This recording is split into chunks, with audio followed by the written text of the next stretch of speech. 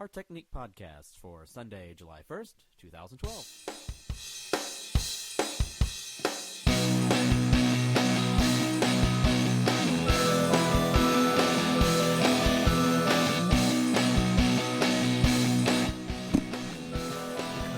Crash.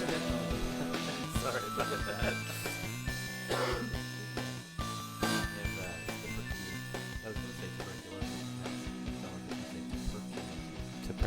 Blue roses. When What was we- that line from that show? I was out of school for 3 weeks with viral pneumonia, and when you asked what it was, I said viral pneumonia, and you thought I said blue roses. That Here we opening is go soft. again. There we go. Now I got it. It's our signature. Oh, do I hear artifacting already? Is that already? No? No, we're okay. Okay. I was adjusting. It might have been. I was turning my headphones around so they sit on my ginormous head correctly. I need to get you better headphones. Oh well. Yes. Ooh. Yes, we We're do. running on If- 6 earbuds and a prayer. Well, 4 earbuds and a dilapidated set of... Anyway, Moving on. please let's move on. Shiny banter. Cool.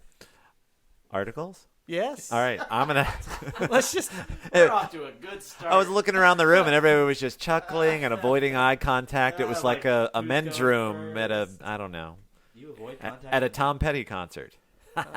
mustache. Did you tell that Yep. story? I don't think I ever have on air. Ooh, On tell air. Tell the Ron White story. Okay, so Jeff and I went to a Tom Petty concert a couple of weeks ago, which one day maybe I'll tell the full story of why I didn't get to see Tom Petty when I was in junior high. It was quite traumatic.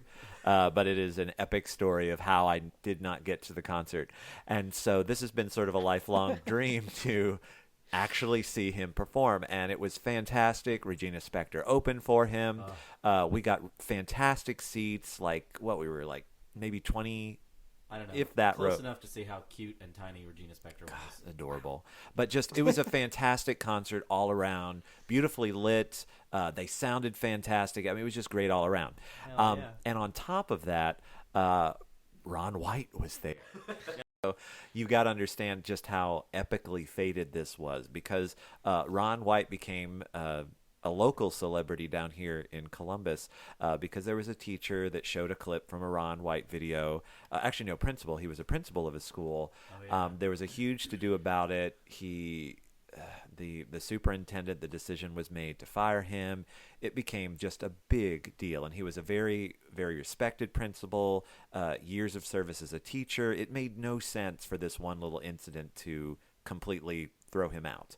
And so Ron White got involved with it. He went on CNN, talked about it, was posting things about it on his Twitter feed. He got all involved. And funny enough, while this was all going on, he was scheduled to do a show at the River Center, the big touring venue that's here down in Columbus, on like a Saturday in the midst of all of this going on. And he basically declared, he said, you know what, I'm throwing out my entire act and I'm going to talk about this. And so he was putting his full support behind the principal, and it just became this epic thing. And so Jeff and I saw him at the concert the day after his performance at the River Center. And so it was just, we both walked by, and he was sitting in like what are the VIP sections, like Sure, you which can, is weird. It's just kind of out in the middle. yeah, of everything. it's just this little table that's sort of tabled section that's kind of just nestled above everyone else. just and, above, but then there's another like 20 rows of seats behind it. It's just this slightly elevated section in the midst of what is like the orchestra seating for this outdoor venue. And so anyway, we walk by, and I was a little bit ahead of Jeff, and right as I pass it, I turn around and just give him this eye like, is that, because I just seen it and we were like, was that Ron White? Is that Ron White? Do we? Yes, How we can we do. not? And so we went back and chatted with him for a bit, and it was really fantastic. And I was like, hey, I'm an educator. I think what you did was fantastic. And so we talked back and forth, and he was very nice, just very polite, and as the concert went on, more and more people started to realize that's Ron White. And so I saw him more and more taking pictures and signing autographs. I mean, he was just having a great time at the concert. And then I ran into him later on in the men's room. During one of Tom Petty, during Tom Petty's set, I went to the toilet and I'm at the urinal, and anyway, free spot next to me in the urinal next to me, and he comes up and we started chatting again, and so I had this wonderful little conversation with Ron White while we were relieving ourselves in the men's room, and he had been enjoying himself more and more as the evening was going on. And so, he was more and more gone, but it was just still very polite, very fun conversation. But the whole conversation ended with him flushing and walking away and just going, mustache. And he just walked away from the urinal. And so that was my send-off with Ron White, was him calling me mustache as he walked out. For those of you who don't know, Adam has a handlebar mustache. Yeah. Epically. I think I'm in month 7. Dude, people love it. You 7 get a or lot of 8. response. I really do. Mustache. Mustache. And he walked away. And so thank you, Ron White, wherever you are. Probably Atlanta. We should tag him so his Google bings that his own name's popped up in something. Yeah. So he'll listen to this story. How stalkery. I like it. I followed him into the bathroom and then I tagged him on Google. Hey, I was in the toilet first. I wasn't in the toilet. Article. Article. How did I get on this? Okay, so article. I was going to talk about my article. There was a discovery made. I guess it was 2 years ago, but it was just published in this antiquity archaeologist journal. I want to find the proper names so I cite them well. Marc Azima of the University of Toulouse, and then an independent French artist named Florent Rivere.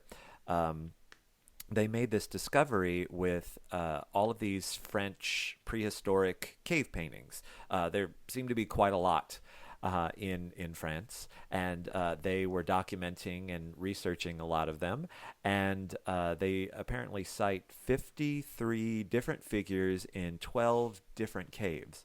And what they discovered was that these cave drawings were actually meant to be viewed as animations. Oh. Yeah, I was waiting for the Oh. They were created to be viewed as animations, and so they were hypothesizing a little bit what they thought the progression was of how they sort of figured out how these cave artists figured out how to create this effect. And so they went back to they think that it was early uses of thaumatropes.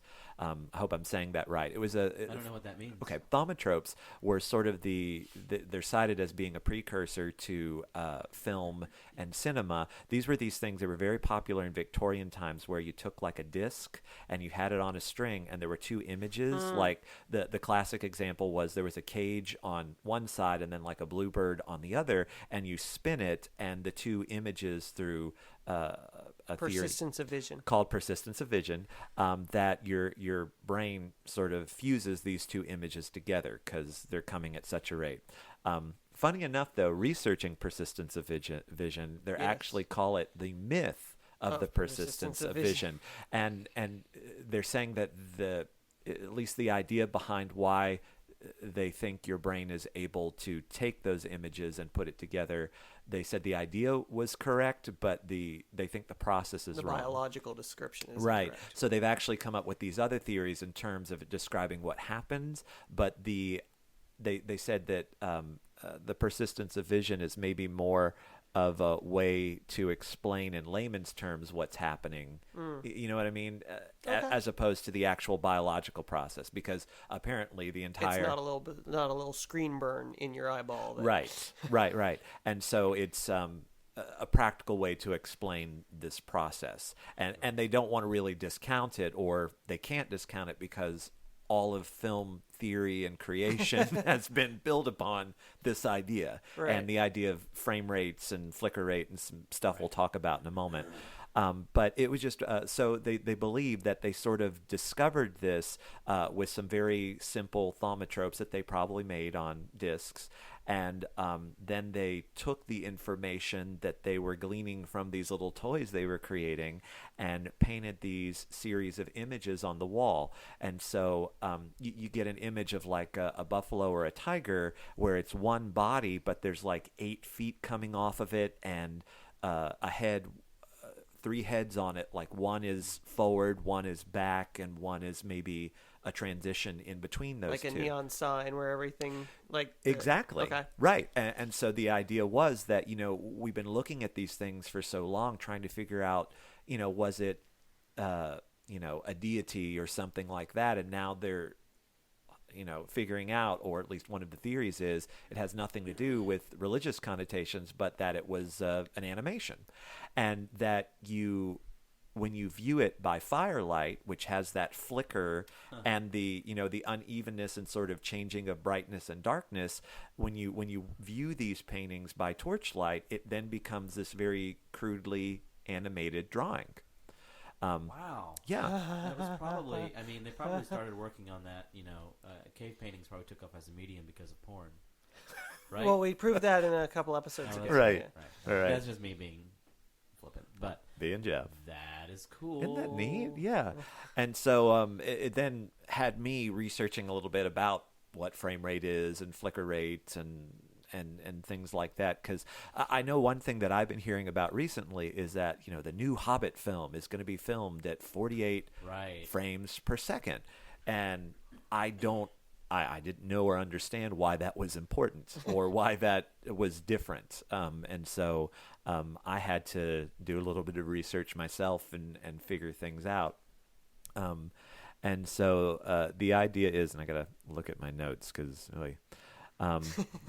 this was a lot of information. This was a lot of information. But the idea is, when you see a film, you're not watching continuous movement. You're watching pictures shown in succession, and the idea is your brain fills in the gap through what we call persistence of vision. Thank you, Aaron. Persistence of vision. Persistence. And Aaron's going to be a part of the thing. Oh, we'll do it all together. Ready? 1, 2, 3.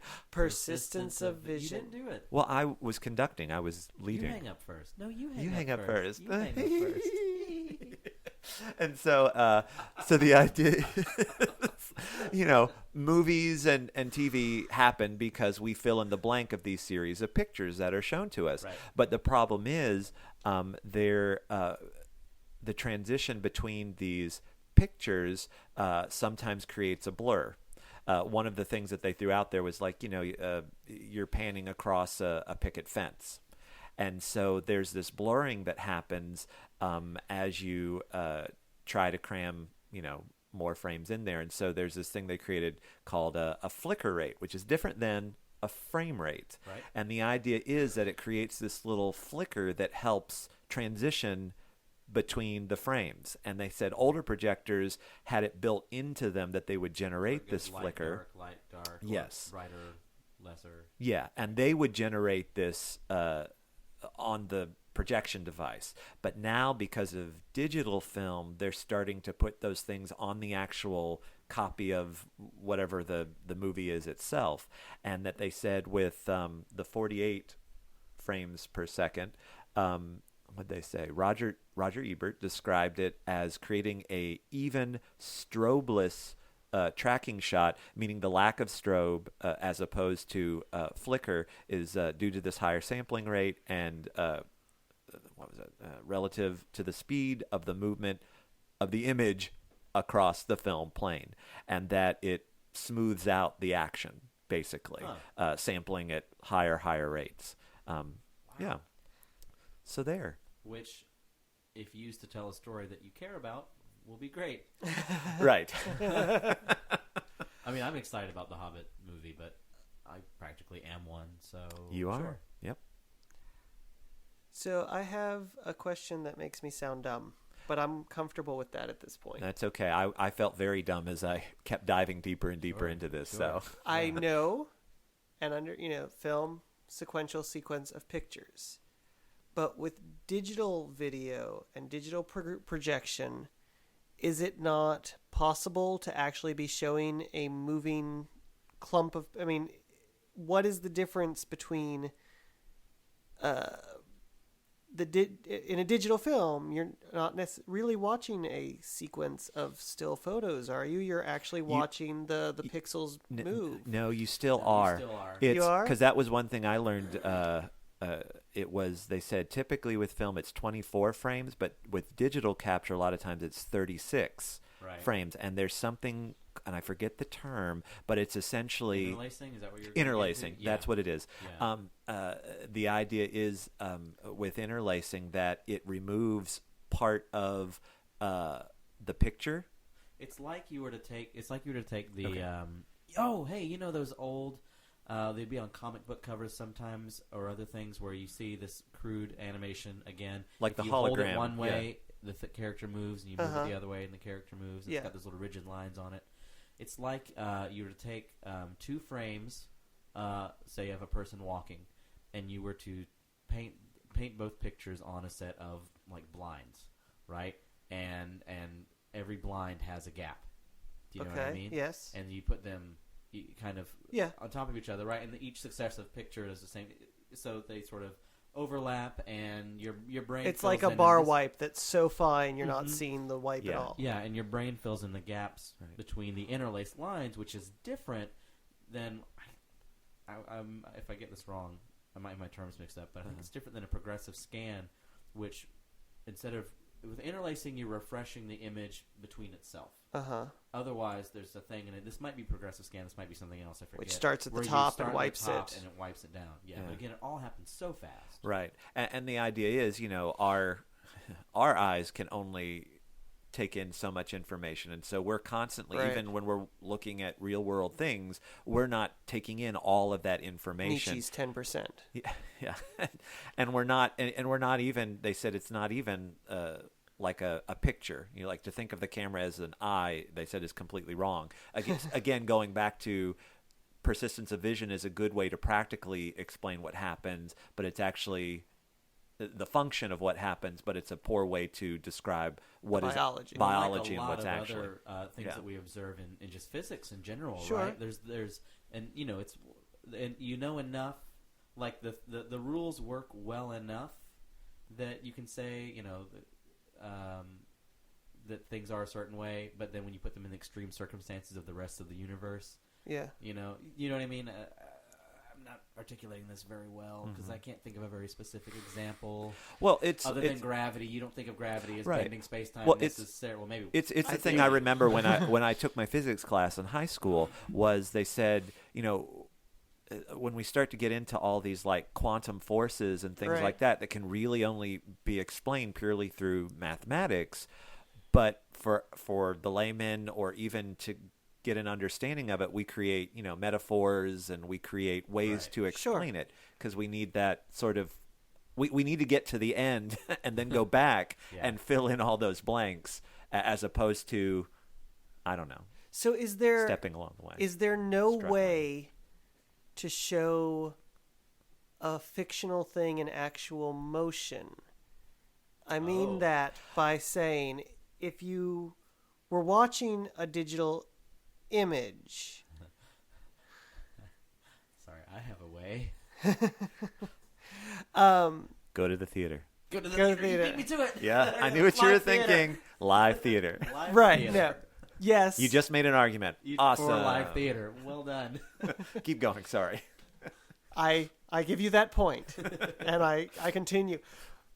But I'm trying to figure out, is there a way to argue or be right that you are actually seeing something on a computer screen move rather than a series of pictures, still images? Yeah. I would imagine, I haven't heard anybody address that in a lot of the things that I came across. Right. I would imagine it's just an argument in terms of processing and space. Okay. Does that make sense? Like our brain is gonna on the machine or in the people? Well, on the machine. Okay. Like why it would?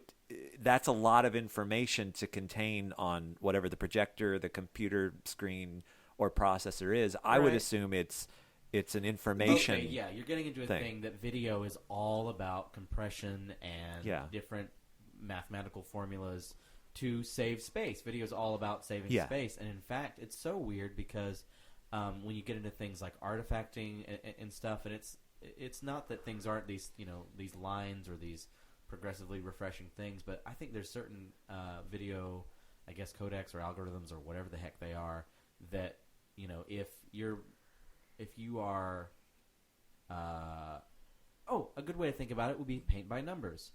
Okay, if you've got a sequence of video and say scene 1 is in a dark room and scene 2 is very bright in the great outdoors, right? Yeah. And you say slow zoom in on a character who's staring into a fire and it's dark. All of the shot doesn't move much. Maybe his eyes twitch or whatever. Okay, well then everything that's dark is a number 1. And everything that is this part of his face is a number 2.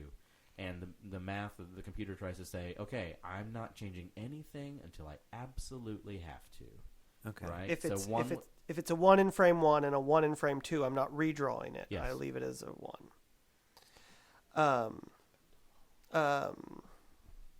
Yeah, but then you cut to the scene that's very bright and you say, okay, new palette, and now the rules are this, and that takes a spike in the memory and in the processor. Okay. So everything in video is about. So that's why video editing is so hard on the wrong machine, because it's trying to turn all that stuff back into assembly machine language. So it's less that we can't have an infinite record of movement. It's just that it's impractical to bother, since human mind will make it movement again. Sure. With less than infinite record. Yeah. Why not just use the machine to trick us? Yeah, there's no point. There's no point. Yeah. Even as storage is getting bigger and bigger, our demand on resources for video also gets bigger as we do things like explore HD and expand more frame rates, higher frame rates, and stuff like that. Right. Okay, well, what about something like a cursor, like the cursor icon on my desktop? I move the mouse, and I perceive the cursor to move across the desktop space. But your screen has a refresh rate, so it's still a set of static images. Every screen's got a refresh rate. Yeah. So it's also an element of time is what keeps everything from happening simultaneously. There has to be a sequential pattern, even in motion. I suppose, but I think it's just the thing of video technology. All of our video technology being what it is, that what you're seeking is kind of beautiful. Actually, it's a persistent. You're seeking a truly persistent image. Yes. That is as real as people standing in front of you. Yes. But recorded and presented on a medium. And that would require a fundamental change in video technology. It sounds beautiful. It sounds like it would enable a lot of other things. I don't know how the hell you would get there. But on the other hand, in life, is there, by physics, not some sort of refresh rate? I mean, the light's got to come from the sun and get here, and sometimes it's lighter, sometimes it's darker, sometimes there's more and there's less, and while the changes in light to dark are less perceptible. What I found was they said what you're talking about, the refresh rate of our retina, is let's see here, is the after image is thought to persist for approximately 1/25th of a second. That's slower than. That's cool. So is that also where the retina display of the eye device is coming from? It's like. It has nothing to do with eye biology. It's all pixel density. Their whole argument with anything they call retina, which is really a branding standard and not a hard mathematical standard. Okay. Okay, is you take the device, you establish what is the reasonable distance that you usually use that device from. Okay. Right? You hold your phone, they say, at a different distance than you would normally hold your tablet, at a different distance than you would work on your desktop.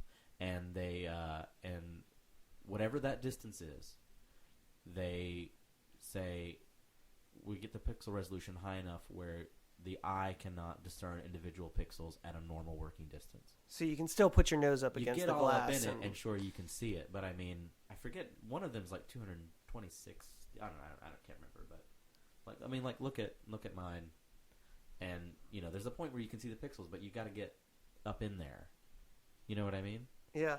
Yeah, and so whereas like when I looked at the Retina display on the iPad, I was not blown away because I I think I might use mine at a different distance than whatever they consider normal, Yeah. or whatever. But Surprise, you pull back from surprise. there and you go, oh, sure, okay, sure. And they Yeah. just released that Retina display MacBook, and you know that like the Retina display, like iMacs and stuff, are coming. Sure. But yeah, so it's for them. It's just pixel density. Okay. Oh, that Sorry was a to nice go on a whole conversation. Yeah. tangent. It really. But again, just absolutely. Well, again, coming back to the cave paintings, just absolutely blows me away that there's always this. I don't know this. What's the word? Superiority that we look back on older cultures fallen. Right. Present bias. Okay, yeah, I like that. Present bias, that we look back and look at them as primitive and all these things. And there's also, and I get offended by this as well, when they look at the pyramids or, remnants of ziggurats or, the Aztec temples, and they go, well, clearly, because all of these things happened in different parts of the world, clearly this is some intervention from an alien or otherworldly. Like, they don't give credit. Instead of That four people could have had the same idea Yeah. on instead different of the parts. Gene Roddenberry premise, where human beings are clever Yeah. and that human beings work together and can be really Like, there's always some, Yeah. bizarre explanation to explain it away. But I remember I had that discussion years ago with an art teacher. He was fantastic. Right. Only knew him for about 2 years, but he helped us out on a lot of our sets and everything, and he was a great guy to talk to. But that was a nice little nugget that he implanted in my brain, that sort of fighting against present bias and, Yeah. give him some credit, give him some respect. Sure. And, Well, and it's weird when you really, really think about that. Ancient peoples had a full life, and they loved, and they lived, and they, They're know what I not mean? just Like they dry got jealous of textbook each other. They histories, got yeah. like all that stuff. I mean, it was a different context, but all of those, the full breadth of human experience, still happened. yeah, Just well before we got here, and that's cool. Hopefully, we'll continue at least some degree after we've right? gone. Right. yeah. But one last little fact before we move Sure. on. Some interesting thing that I found. I like doing these little historical nuggets when I find things now. Going back to talking about thaumatropes, there was You have the best vocabulary words each week. every episode. Yes. Y'all follow along because there's going to be a test need, once like, we a get to the glossary. 6-month mark. All right.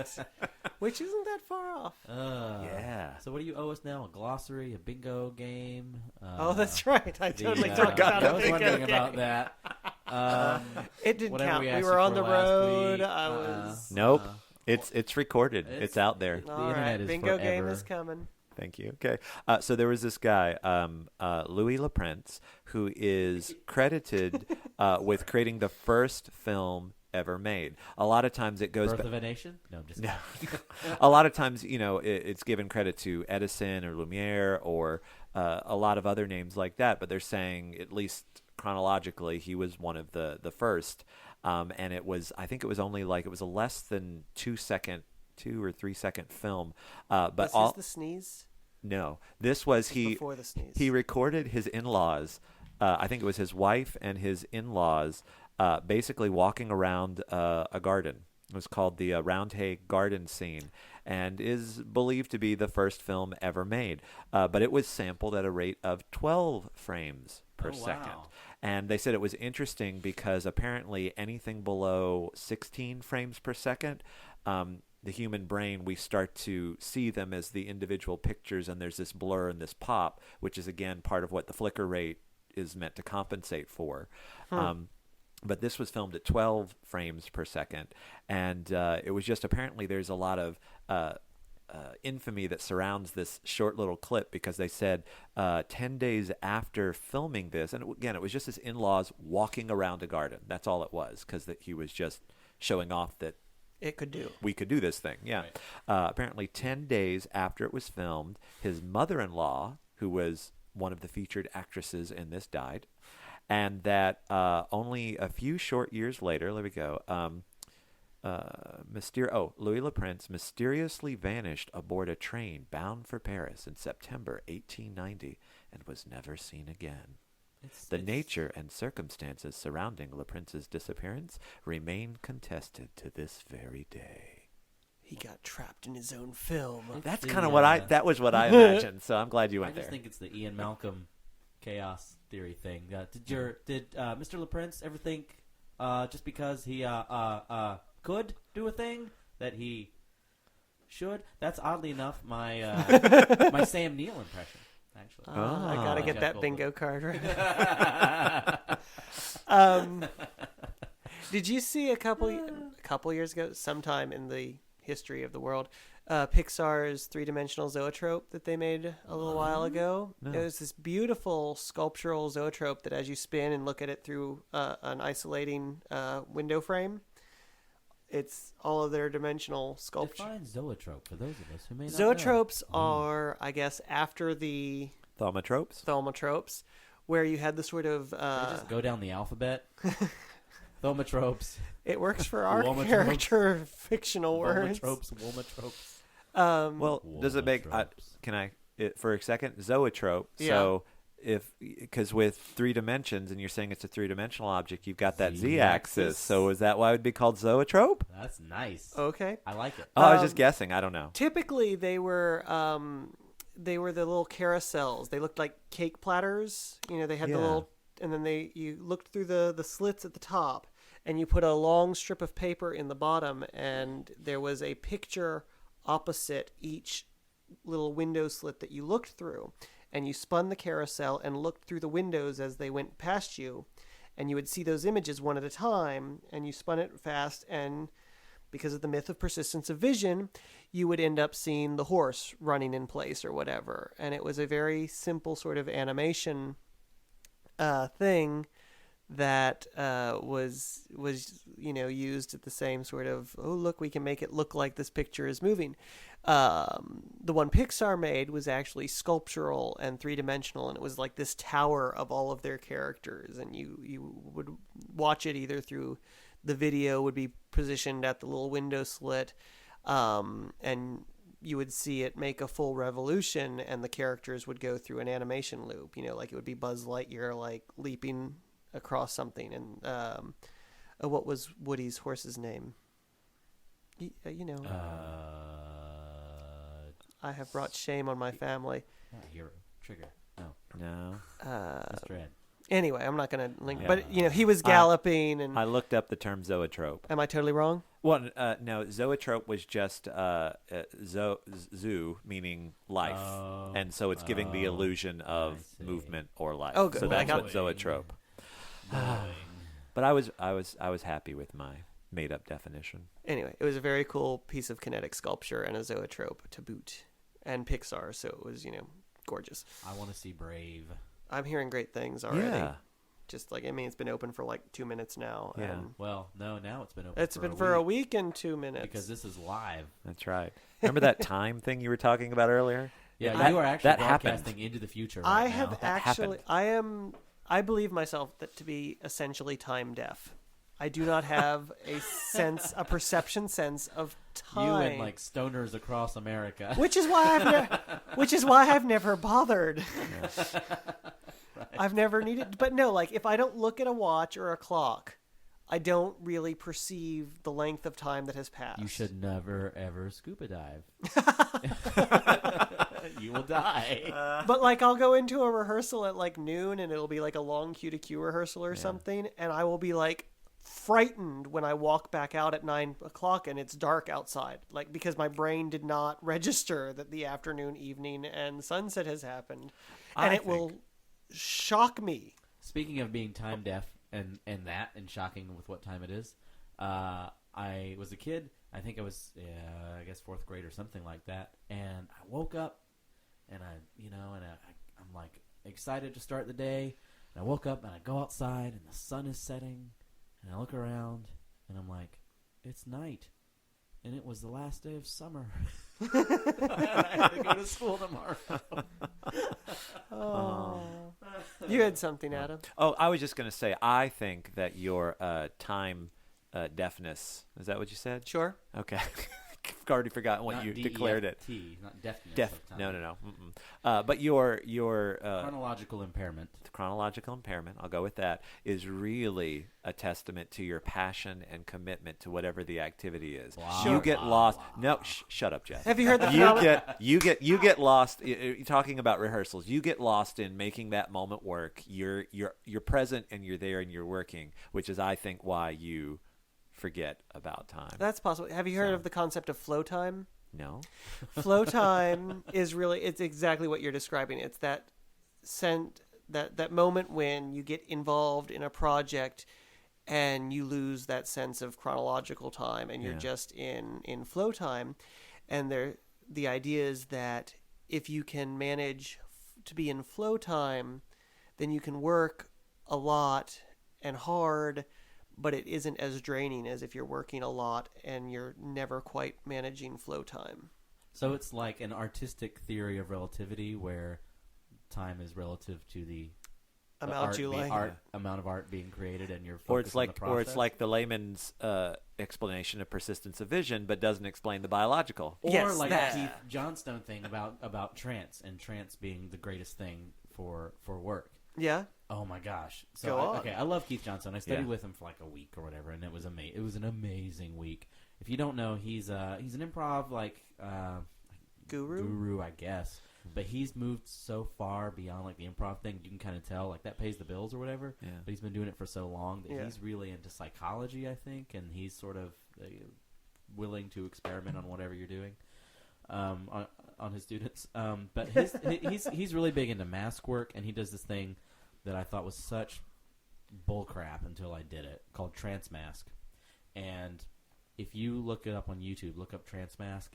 It's really, I think it's very cool. But you put on, the mask or whatever. There's a sort of like way that he talks about the mask. He's like, the mask has to learn. The mask has to learn how to be social, and the mask, has to learn how to speak and all those kinds of things. And again, the whole time watching it, I'm like, this is such bull crap. Whatever. People are just showing off or whatever. And then I tried it, and the difference in trance mask and regular mask is construction initially, in that you have these sort of eyes that are like these half ping pong ball things, and they've got these tiny little pinhole things for you to actually see out of, right? So you activate the mask by, you put it on, you look into a mirror, and the mouth is open in a lot of them, and there's something about, if you really focus into it, the image you get back. Not only is it a different face, but because you don't have the whites of your own eyes anymore, it's something different just kind of starts to click in. And then the mask is encouraged to make sounds, like whatever your first impulse is to make a sound, and it's made back to you, and you enter this sort of something like a trance kind of state, which reminds me of, if you're ever in an intense rehearsal process, or in an intense like piece of art that you're creating or writing, or anything that you're good at that you just kick into, and you're like, there you go, where did the time go? And you were in that trance state where you're relaxed and you're free and you just do it. Yeah.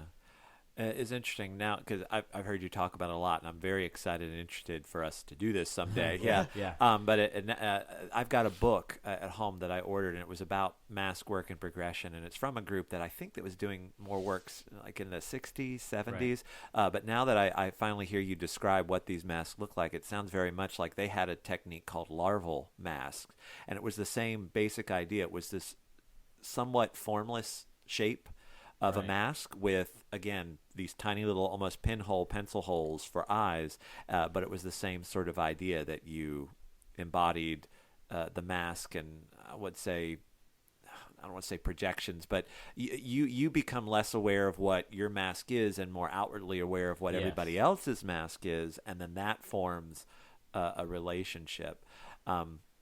Which again pulls me to something I did a couple of years ago and this kind of ties it all together. I was hoping you were going to bring this. The masks and the sort of loss of time. A couple of years ago, Southeastern Theater Conference. This particular year, they decided to have a theme, and so it was focus on masks. And so they had these commedia performers from Italy, these mask makers. There were a lot of workshops how to perform and make masks. And there was this one keynote speaker, and I cannot remember his name right now. He spoke through a translator. He was from Czech Republic. But what we did was, and again, I kind of went in there with that, I want to try this, but I had this sort of prejudgment thing going on. And basically, we were in this gigantic room, one of the big exhibition halls, and everybody that was willing to participate was invited to come out into the middle, and other people that were prejudging but less willing to jump in were scattered around the edges of the room just going to watch. And there were all these rubber bands that they gave us, and basically you put on these rubber bands on your face to distort and create sort of a grotesque mask of, my eyebrow is up here, my nose is pushed in, crushed here. And so we put all these rubber bands on our face, and then he kind of took us through this sort of exploration discovery of, you've got the sensation of this restraint on your face. And so we explored that. And then eventually it became not focusing so much on what was inward and what we were experiencing, but focus on all these other now grotesques that are all around us. And, exploring relationships through that. And, once it was all done and we took off the rubber bands and everything, all of a sudden they told us, oh yeah, we've been in here for 2.5 hours. Wow. Like, it was ridiculous. And again, it seemed like no time at all, but Yeah. because we totally gave ourselves up to this, just fantastic experience. And I've experienced nothing like it since then, in terms of, because again, these were all complete strangers. These were people Right. from all over the country. There was no sort of meet and greet beforehand. We just put rubber bands on our faces. It wasn't like you could walk up to somebody and be like, "Oh, there's Aaron with rubber bands on his Yeah. face. There's Jeff with rubber bands No. on his Sure, face." It right. was These there were- is creature. Yeah, it was just surrounded by all these That's strangers great. and That's creatures. useful, I think, It was for wonderful. Masport. And it's not like the trance, can't be broken. That's so strong or whatever. It's a process that you have to give into, I think. Yeah. And what was useful in our trance mask process, because I get very intellectual sometimes, so it's easy for me to kind of break out of these things if I let myself. Yeah. Someone, as the mask is learning, someone's following you with a mirror. And whenever you start to pop out of it, you check back into the mirror and you sort of try to reactivate it. And you're back with that mirror as often as you possibly need it. Yeah. And even people have been doing trance masks for years. Sometimes you just keep a little bitty one in your back pocket if you find Yeah. yourself slipping out of it. So it's not this impenetrable fortress, but if you let it work, it's very cool. I had a workshop this most recent year at the theater conference that we did a lot of eyes closed work, which Right. normally makes me very uncomfortable, and I'm hesitant to sort of let myself drop into it. And there was one he called Herd of Camels, and you get led by a stranger. They put a finger under your chin, right behind the jawbone, enough that there's pressure there, but not enough that they're like stabbing up through that soft palaty area. But you close your eyes and you follow this finger, and that's your only point of contact with the rest of the world. And then as they proceed around the room, they may like swap with somebody else, and so and they try and do it as unobtrusively as possible. So you're not really sure if contact was just Right. broken for a second, or if you ended up with a totally different handler, and you just work around the room and you sort of have a sense of what's going on, but you mostly didn't. And it was one of the first times I've really let myself go into one of those exercises, and it was a very interesting experience. More time probably passed than I felt like time had passed, but I didn't get an exact, in and out on that particular one. And then the other one I had was less so the time disconnect, but the emotional, intellectual disconnect. I worked for a while in a certain rodent-based entertainment industry that I don't want to get sued by. Because you're friends with many of the people. I was friends with many of the friends with personalities, characters, projections. Anyway, so I was fully geared up one day, and I was about to go out, but that meant that I was fully in my uniform with headgear and everything. So I suddenly turned around. I caught myself in a full-length mirror, and it was it was a strong, weird disconnect moment. It was like a movie where, like Freaky Friday, where they wake up and they're sort of groggy all morning and they finally make it to the bathroom and they look into the mirror and they're their mom or they're Lindsay Lohan, and Yeah. that's just the worst thing to be.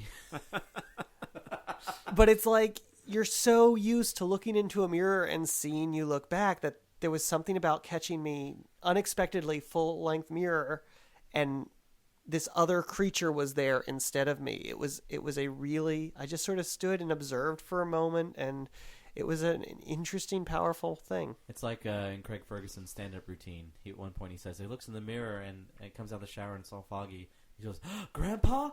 Oh no, that's me." Oh, what happened? I kind of remember sort of experience kind of like that as whenever I need to do this again. Whenever I was losing weight, and I was like, "Oh, right, okay." I'm not used to seeing someone who looks, that way, Interesting. body profile wise. Have either of you guys ever done Colombian hypnosis? Yeah, yeah. Is that a slang term for I think a we drug? called it in my classes. We called it Brazilian hypnosis, but Really? yeah, but same thing. Same thing, yeah. For those of you who don't know, Colombian or Brazilian or whatever kind of hypnosis, it's Augusto Boal, right? Yes, it is. Yes. It's this really... Who was Brazilian? Well, why is it called Colombian? It's not.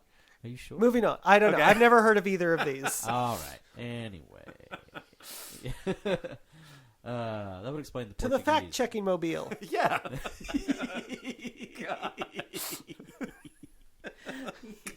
Colombian. Oh, I picked that up from... I think I picked that term up from Lisa. So Copy maybe, of a copy of a copy. Yeah. There we go. Anyway. Degrading.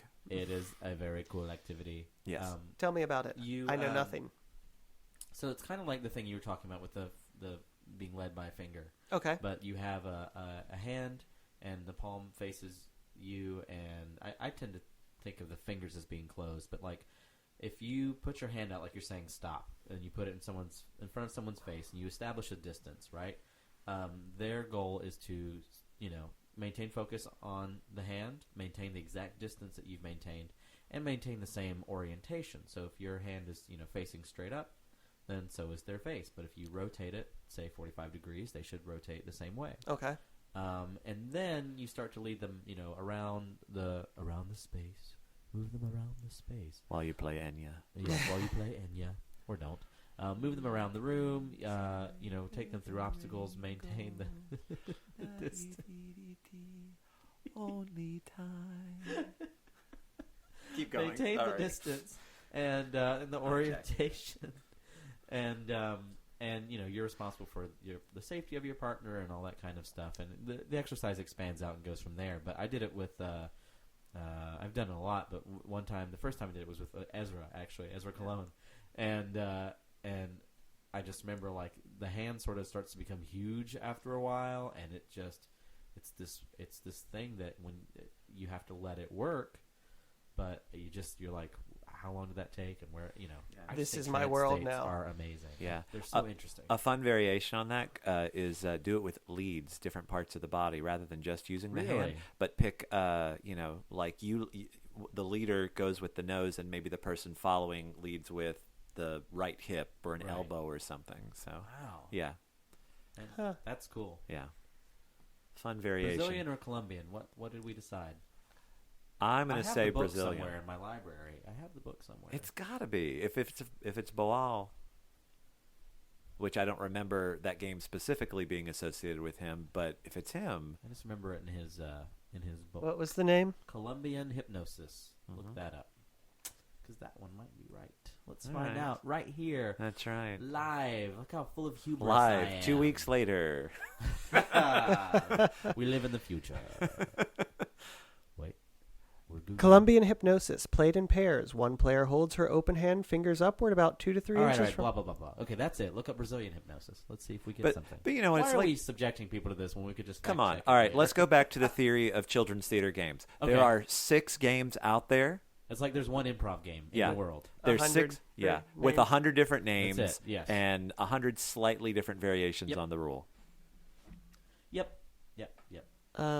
Brazilian hypnosis brings up the fine art of Brazilian hypnosis. Best, you is my woman now. I think I win. Ding, ding, ding, ding. Let me ding, get ding, my ding, ding, y'all ding, talk. ding, ding. Y'all talk. I'm going to get my computer. Whatever. All okay. right. Well, let's move on.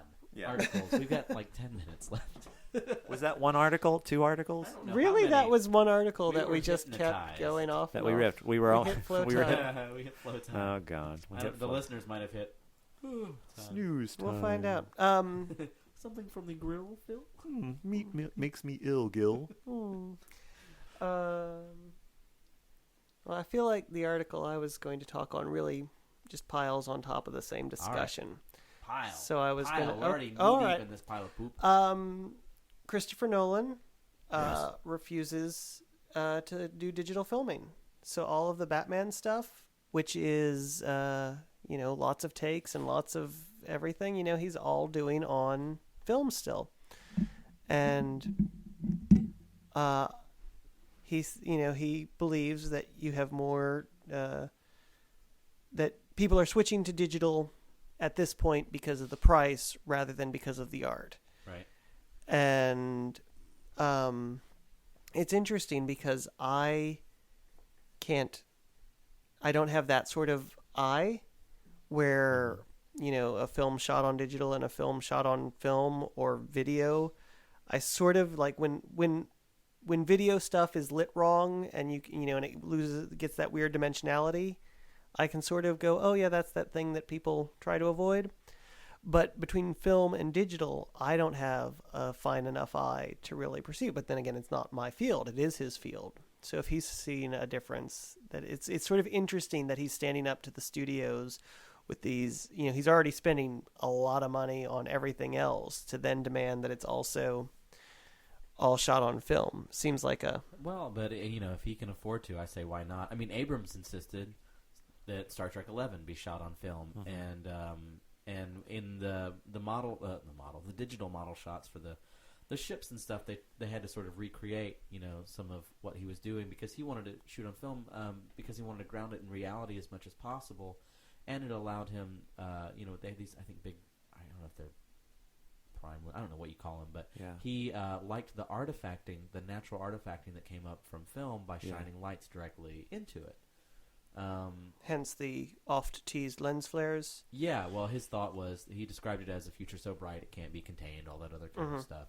But yeah, he wanted that. Yeah, the off-teased lens flares that he knew he could get with film, and for him it was an artistic statement of trying to make this high science fiction fantasy kind of environment grounded in some kind of reality, and I thought that was a cool idea. Yeah. The only argument I've heard against it is that there's more subtlety in the light and the shadow when you use film, and with digital it tends to flatten the image a little bit Because the computer is trying to do the paint by numbers thing, and so you get I've heard a richer and deeper blacks and more subtle brights. Yeah.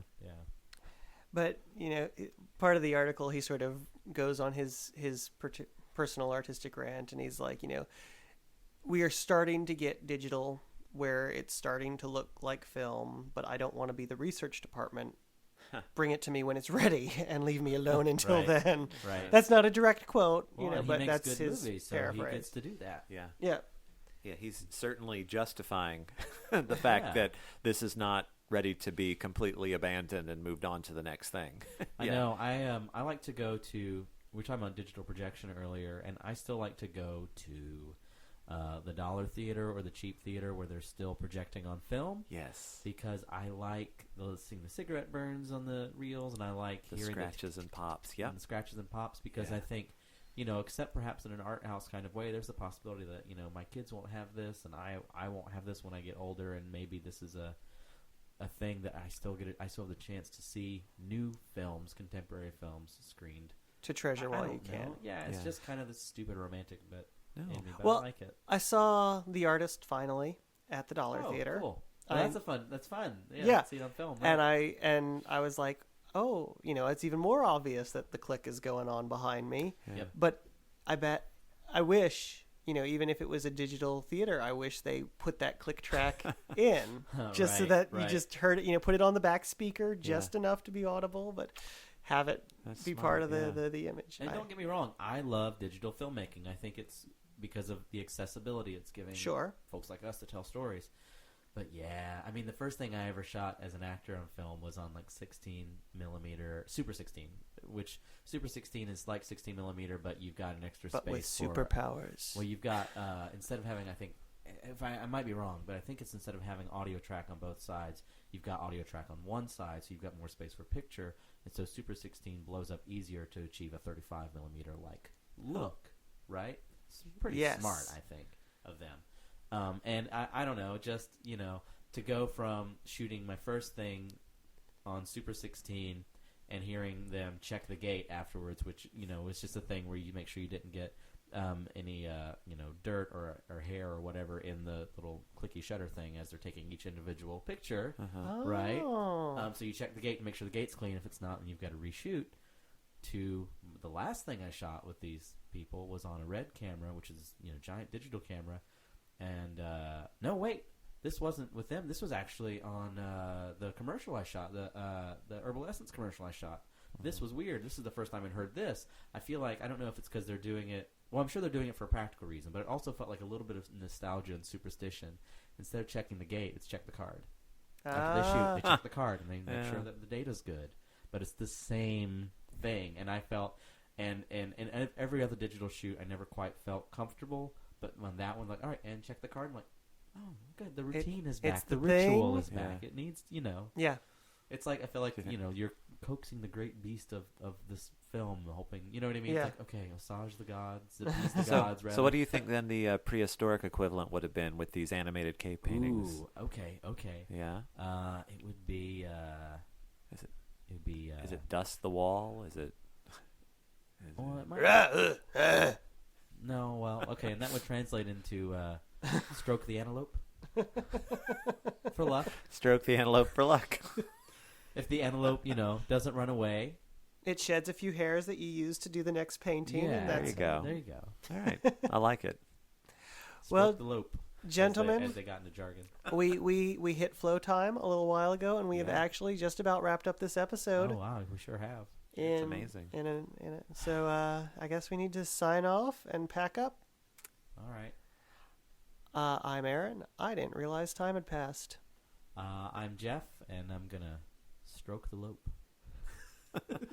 And my name is Adam Montag, and I hope that tens of thousands of years from now, somebody will find our cave creations. Oh.